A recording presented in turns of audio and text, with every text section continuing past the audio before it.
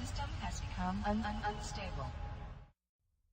This whole system is deeply flawed, and that's why I talk a lot about free markets and property rights, Austrian economics, and getting rid of the Fed. All these things are now up for grabs. A lot of people, especially the young people, are looking at this. So for this reason, I'm a bit encouraged by, what might come out of this. But I think we're going to go through the ringer. I think it's going to get much, much worse, and it's bad enough already. But there's no way that we can step back. The one thing I'm convinced of after having spent so much time in Washington is that this will not be a gradual recovery from this disaster that we have. We're not going to elect enough people and enough courage to vote the right way, and there's too much demagoguing and too much misunderstanding that people would revolt. But the collapse will come. It's going to hit the dollar, and then we're going to have our opportunity. So the more people who are protected intellectually as well as financially, the better off we'll be in rebuilding what we'll have, what we'll need to do in the near future. Buckle your seatbelt. It's time for another episode of the Prepper Recon podcast. While you're at PrepperRecon.com, stop by the Prepper Recon supply store. We've got a great selection of Molly compression packs, hydration kits, and our new concealed carry tactical slings. All the packs and slings come with your choice of patch to let liberals know how you feel. We have some very cool Moulin Labe patches, Come and Take It patches, Sheepdog, Zombie Response Team, and matching U.S. flag patches. Of course, we still have our fully stocked Molly-compatible individual first aid kits as well. Just click the Store tab at the top of the PrepperRecon.com homepage. Whether your plan is to bug out or bug in, CampingSurvival.com has all of your preparedness needs, including fish antibiotics, long-term storage food, water filters, bug-out bags, and first aid kits. Use coupon code PrepperRecon for 5% off your entire order at CampingSurvival.com. Today's guest is Seth Evanoff, author of the new book, The Chaos Agenda. Seth, welcome to the show.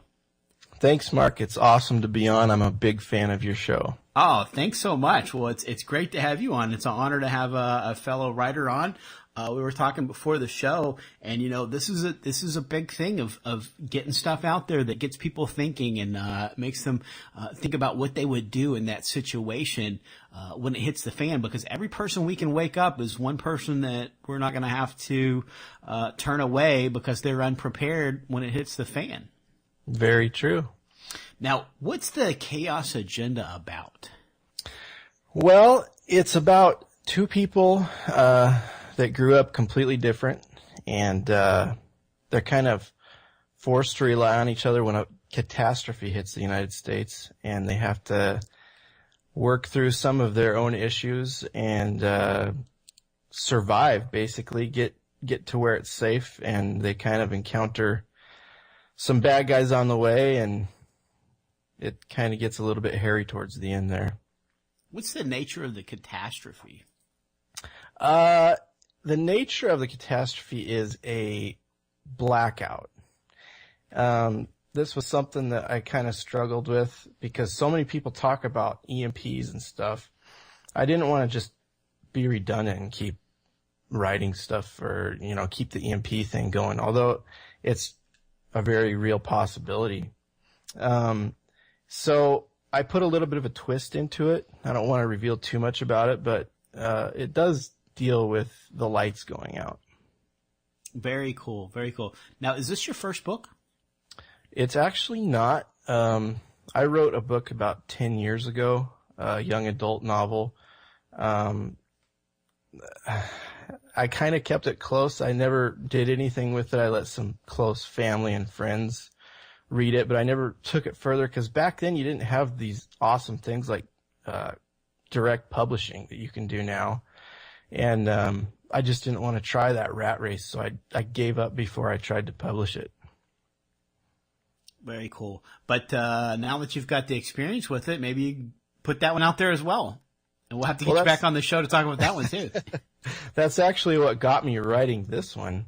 Was my brother encouraged me to write a book about prepping, and I was like, well, maybe I could work that into my old story and redo it. But then all these ideas started flying out there, and I was like, well, I'm just going to write a whole new one.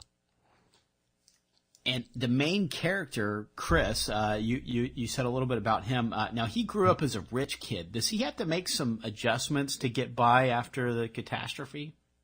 Absolutely. I wanted to come up with a character that hadn't really done anything for themselves. Maybe somebody that had a butler and a nanny when they grew up. And I tried to put myself in their shoes and what it would be like if they were put in a situation so different than what they'd grown up doing. Very cool. Now, compared to the rest of the world population, which on average lives on, some of them $1 a day, others, $3 or $4 a day. But even in America, even people that live on government assistance, people that are completely what we would call impoverished by world standards, pretty much everybody in this country is a rich kid. So do you think that people in America would have to make some really serious adjustments if we ever had some type of a catastrophe where the lights went out? Because when the lights go out, the grocery stores go down because you don't have the refrigeration for the meat section, the dairy section, the frozen food aisle. You don't have credit card processing.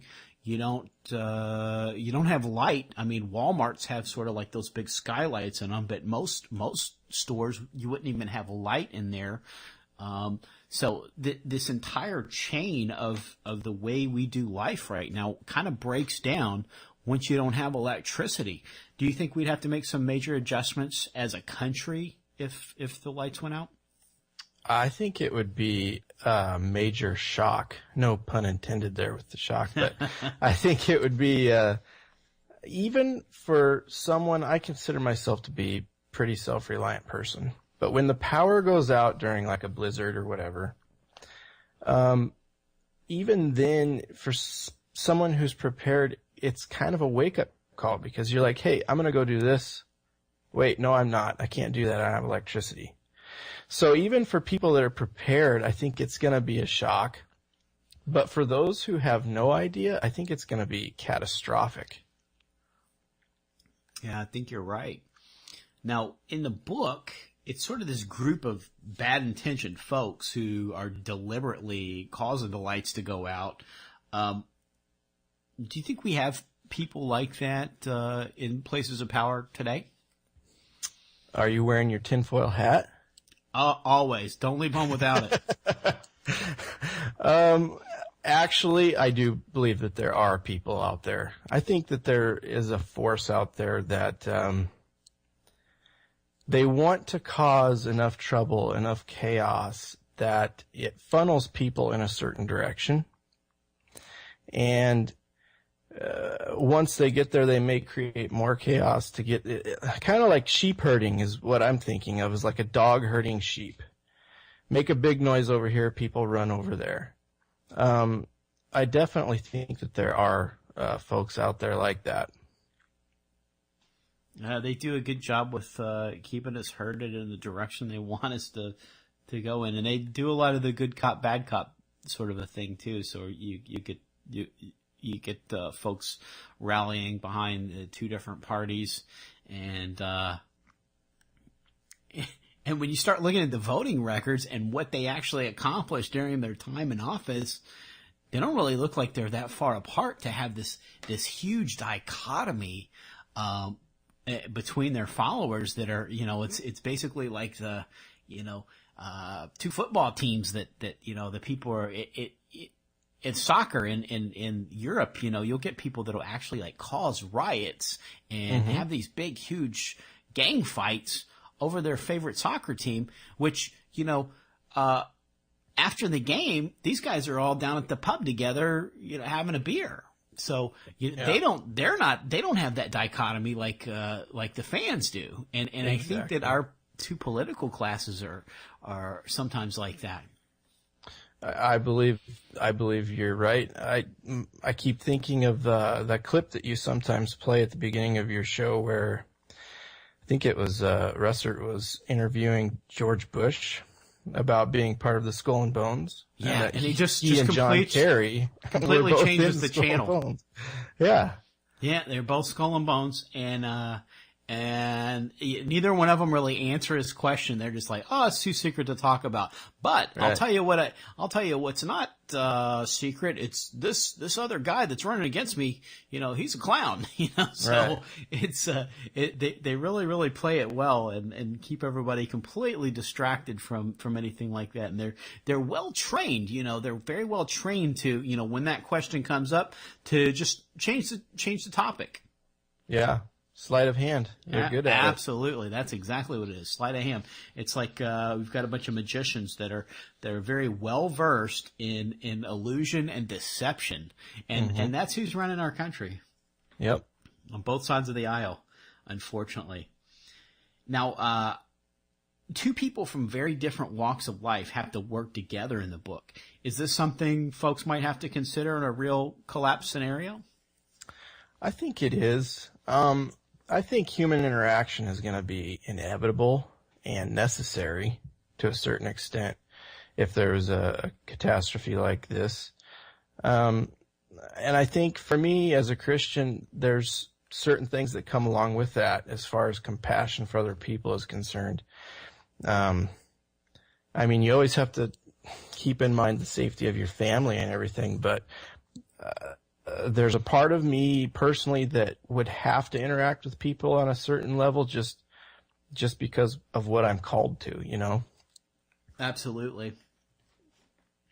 And you know what? It's a 20-pound bag of rice is about $7. Mm-hmm. And 5-pound bag of beans is like $3 or $4.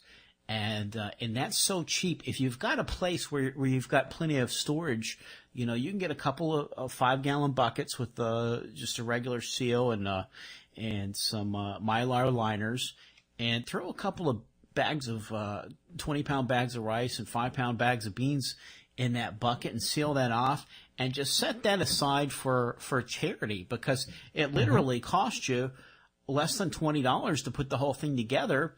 And when the stuff hits the fan, it's going to be, even for folks that don't have a spiritual conviction, it's going to be so much easier to feed your neighbor than it is to shoot your neighbor, And I think that people don't really think about that. Exactly. And think of the allies that you're going to build by being prepared like that, being prepared to help other people. And then you got the beans and the rice for them, and you don't have to share your coffee, right? Right. No coffee. That's all mine. Coffee and toilet paper. Nope, fresh out of both of those. I don't have either one of those. Sorry, you're on your own. That was the first thing we ran out of. Here's some rice and beans, but can't help you on those items. Mm-hmm. Now, what first woke you up to the need to be prepared? Okay. I think for a lot of people, because I hear this a lot, it was Y2K. I thought you were going to say 9/11, but yeah, Y2K's that's the next big one. 9/11 was probably the nail in the coffin for me. Like, that sealed the deal with preparedness. But the thing that got me started was Y2K. I was pretty newly married when that whole scare started, and I actually worked in a bookstore where they carried that book, The Y2K Bug. I don't know if you remember that, but I bought that book and I read it, and I was like mortified, and we started getting things, and it was pretty pathetic. I think we had like 6 cans of beans or something, and we waited up that night to see if anything would happen, and nothing did, but it still was that one thing that got me thinking, if something happened tomorrow morning, I am out of luck. I am absolutely unprepared. Yeah, that's a grim reality. And probably with 6 cans of beans, though, you're probably way more prepared than most of the people that went through Hurricane Sandy a couple years ago. I remember that video of Chuck Schumer like going around the neighborhoods, and this lady coming out, "When's the government gonna get here? We need food. We need clothes." I mean, she's got clothes on. I mean, and it's a 2-story house. I mean, there's no reason that, even you didn't see any water line on the house that she's coming out of. But I mean, there's absolutely no reason that she shouldn't have clothing. Right. And number one, they were told that a mega storm's coming, and they were told, get out of town, just leave. You don't need to be here because it's going to be chaotic and you just need to get out of town. Well, they didn't obey that advice. And then they were told, well, if you're not going to leave, if you're not going to evacuate, then you need to have enough supplies to get through a minimum of 3 days. And this is the government telling them that. And so, she's the perfect classic example of she was told to leave, she didn't leave. She was told if she wasn't going to leave, she's going to shelter in place, then she needed to prepare to be on her own for 3 days. And she did neither one of the things that she was told to do. And then she's begging and wondering, where's the government? Why aren't they here helping me? And unfortunately, that's such a huge section of Americans that think that. Now, you are fortunately sort of in a nick of the woods that's a little bit more self-reliant, and hopefully you're surrounded by a lot less of that type of knucklehead, though. Yeah, we don't get a lot of that up where we're at, but I can see that type of thinking kind of invading people's thought processes, that the government is there to provide everything when something goes bad, and that's just not the case. The case is you need to be ready, and people need to help each other. It's time for a quick break, and we'll be right back. The dollar's lost over 90% of its purchasing power since 1971. Silver, on the other hand, has proved to be a very stable form of wealth preservation over the years. And where do you buy silver? Silver.com, of course. Silver.com offers fantastic prices on silver and gold. Check out Silver.com today. Now, what was your first step in getting prepared? Well, I guess it was the 6 cans of beans, but what came after the 6 cans of beans? More food. 6 more cans of beans. 6 more cans of beans, so we're up to 12 now. It's a different kind of bean. Yeah, you don't want to just have black beans or something. That would be terrible. No, we did the rice and beans is awesome because of its storage and the price. Yeah, great Kickstarter. Yeah. I'm big on having multiple ways of finding or filtering water, because that's, you absolutely have to have water. Gotta have water. The rule of threes or whatever. I'm big into medical stuff. I like reading the medical books, and right now, well, I guess we can talk about that later, but that's what we started on was more food and medical stuff. And you mentioned reading medical books, so Yes. you're really upping the knowledge, which weighs nothing, and Right. marauders can't really take that from you unless they, lay you out and put you in a coma. I guess then if they do that, then they've essentially taken it from you. But otherwise, you don't have to pack it around, and it's something that you never lose and something that can't be stolen from you. Right. Knowledge is your greatest weapon. It's your greatest asset. Is your wife on board with prepping? She is. I am blessed to have a wife that is fully down on what crazy things I tell her. She's great about it, and she helps me get food. We find sales on canned food and stuff like that, and she's I'm just really blessed to have a wife that is into that type of thing. Amen. That's great. Is she a couponer?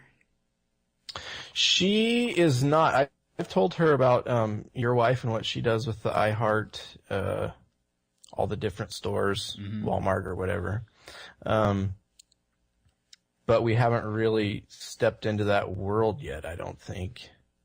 It's a huge, I mean, she's basically done all of our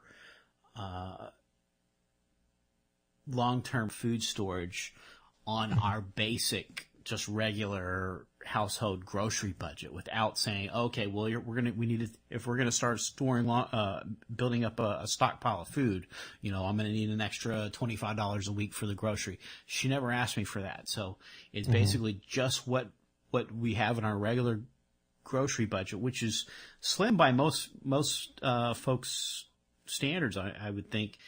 She's managed to build us up probably better than 6 months now, or probably somewhere around 9 months, I guess, if we had to stretch it out. Yeah, it sounds like an amazing deal that she's got worked out there, and we just need to put that higher on the list, I think. Yeah, and all of the websites that she's got on because she does everything on the Coupon Corner on prepperrecon.com. That's all her work. She keeps that page going. So, Okay. In all of the links and the things that she's gone in there, basically do all the work for you. So there's not this, it's not like, I gotta set aside, get home from church on Sunday and clip coupons until Monday morning. It's not like that at all. It's all very organized, and you just click the button and you see what sales you're going to have at this store this week, and then they'll take you and they'll say, okay, well, here's where you can find the store coupon, and here's where you can find the manufacturer coupon to stack with the store coupon, and this is the date that they're going to have them on buy one get one free, so you can take the store coupon and the manufacturer coupon on the buy one, and a store coupon and the manufacturer coupon on the get one, and get all of this free stuff, basically. So, and the websites do all that for you, and they have advertisers on them, and so that's how they get compensated for their time and effort, and it's just basically a free service that's provided for the user. Yeah, it sounds amazing. I mean, free stuff. How can you pass up that? Heck yeah. Free food. Heck yeah. And then that's what even if you do have the money for it, for a prepper, that's something that you can allocate that cash towards something else. Now, is your wife always been on board with prepping? From the beginning? I think at first, like around the Y2K thing, it might have scared her a little bit. But after that happened, and we moved into 9/11, and then Hurricane Katrina happened, and all that stuff, she's just become increasingly more accepting of it, so that now she's just totally on board. Very cool. And where do you think the preparedness community falls short in their preparations? I think, now I can't speak for everybody, but I think skills. I mean, I've seen some TV shows where people have like 10 years of food and medical supplies and like NBC suits and all this type of stuff.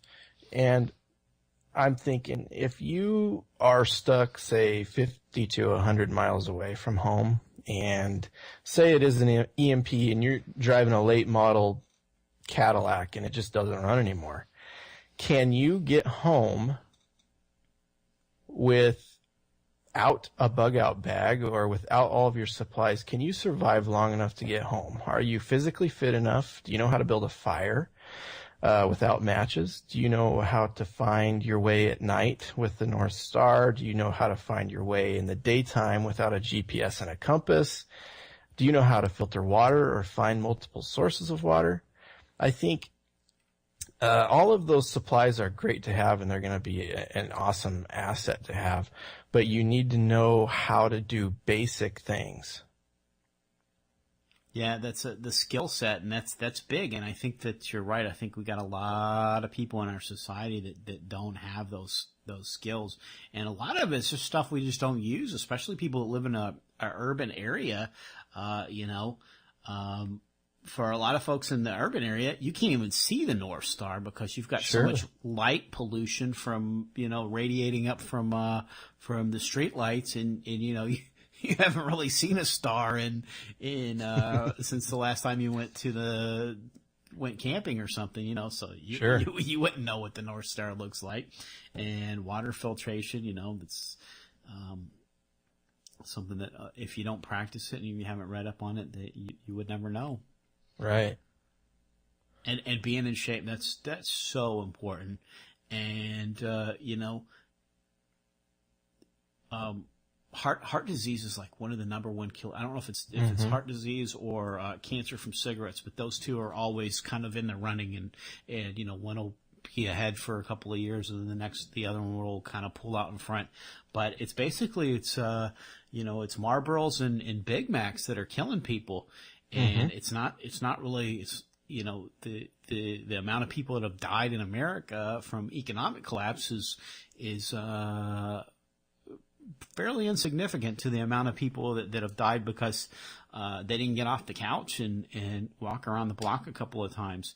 And and I know it's when you, especially if you work all day and you're stuck in a cubicle all day, and it's 6 o'clock, you get home and you got to put together a meal and feed the kids and do all of that kind of stuff. And then you get done with all of that and you're just tired and you probably just don't have the energy to get out and do the exercise.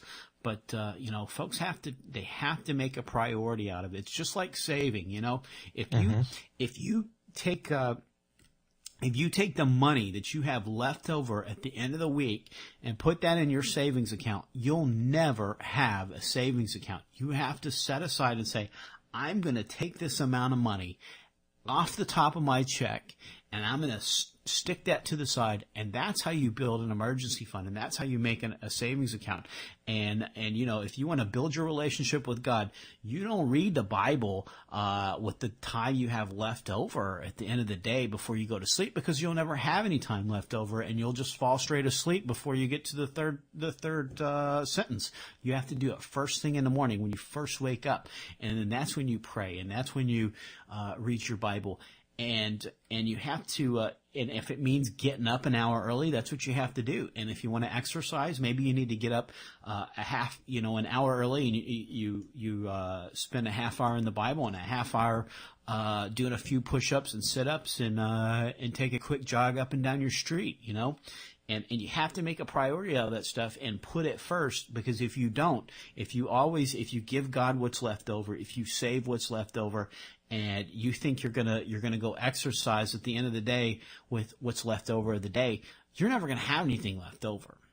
You have to make priority out of those things. Absolutely. Yeah. Now, what have you been working on in your personal preparedness plan? Well, right now we are working on debt. That's a good one. That's a great one, man.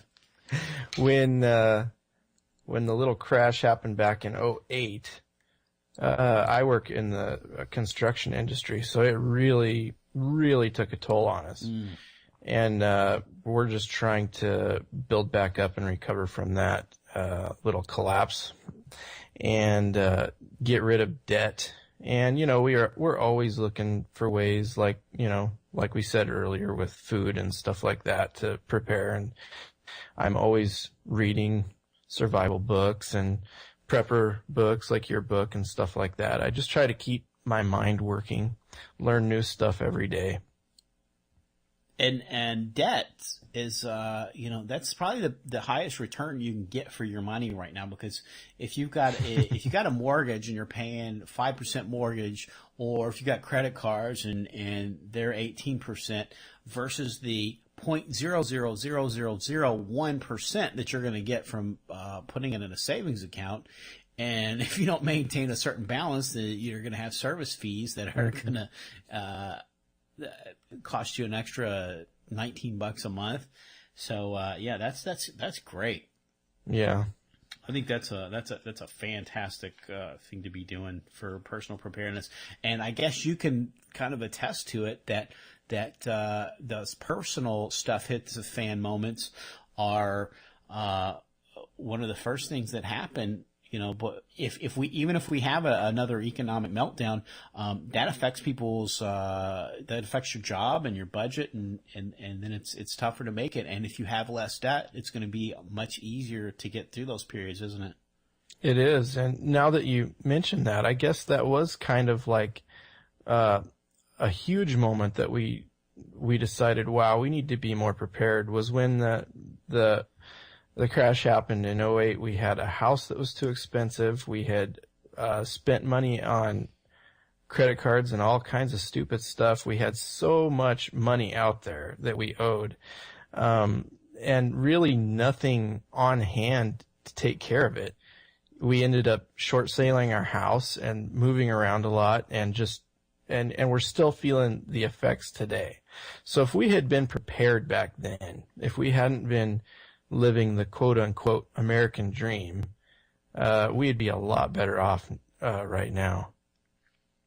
Well, the good news is you learned your lesson soon, and and you're probably going to get a chance to take that test over. So Probably. hope because nothing's changed. You know, the too big to fail banks were merged into too bigger to fail banks, and absolutely nothing's changed. We're still doing business as usual on Wall Street, and I think you're going to get a chance to do that test over, so hopefully you'll get a better grade.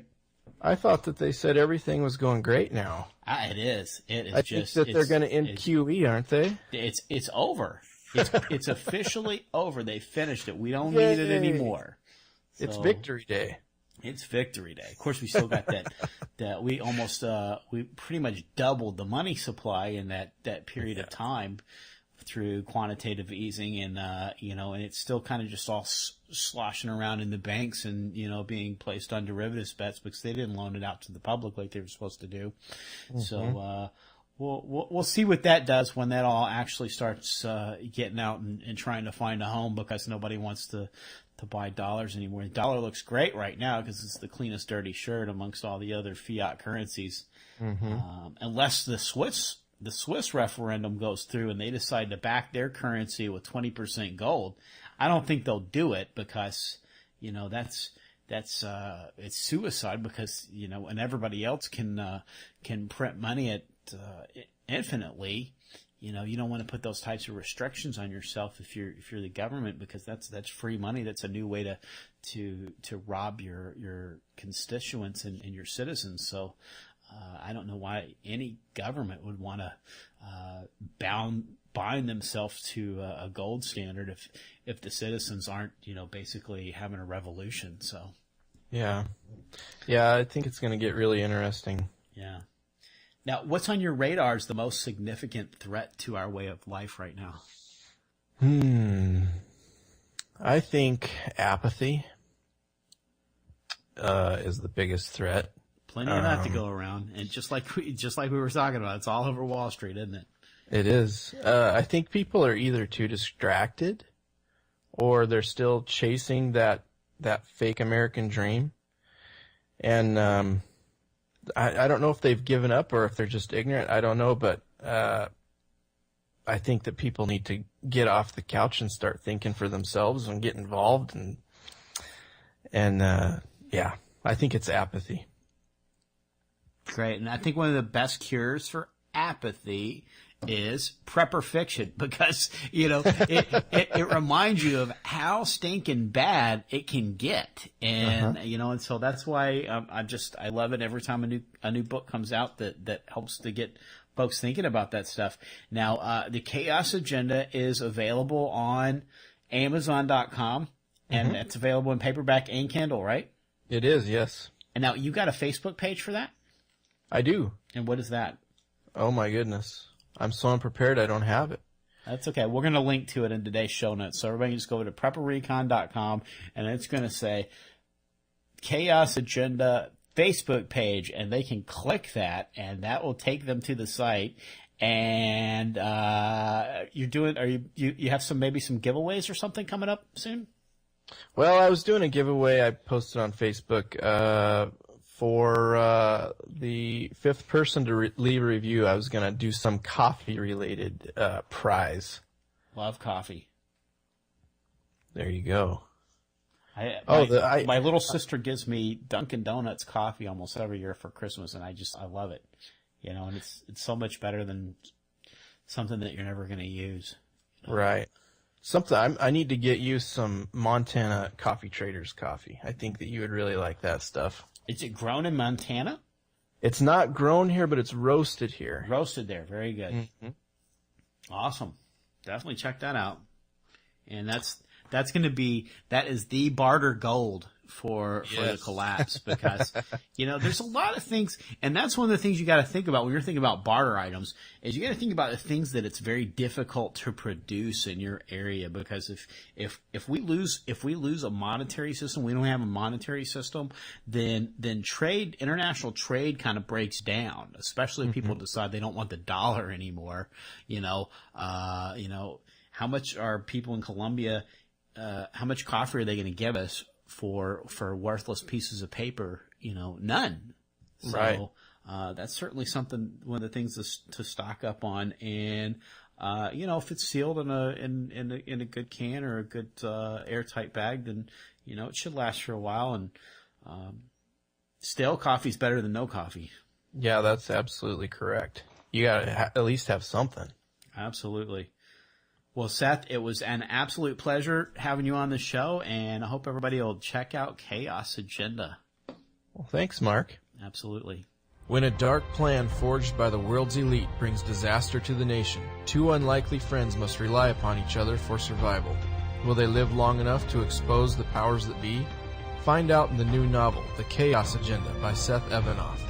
They have a plan for the future, refuse to follow it. The Chaos Agenda, available in Kindle and print on Amazon.com.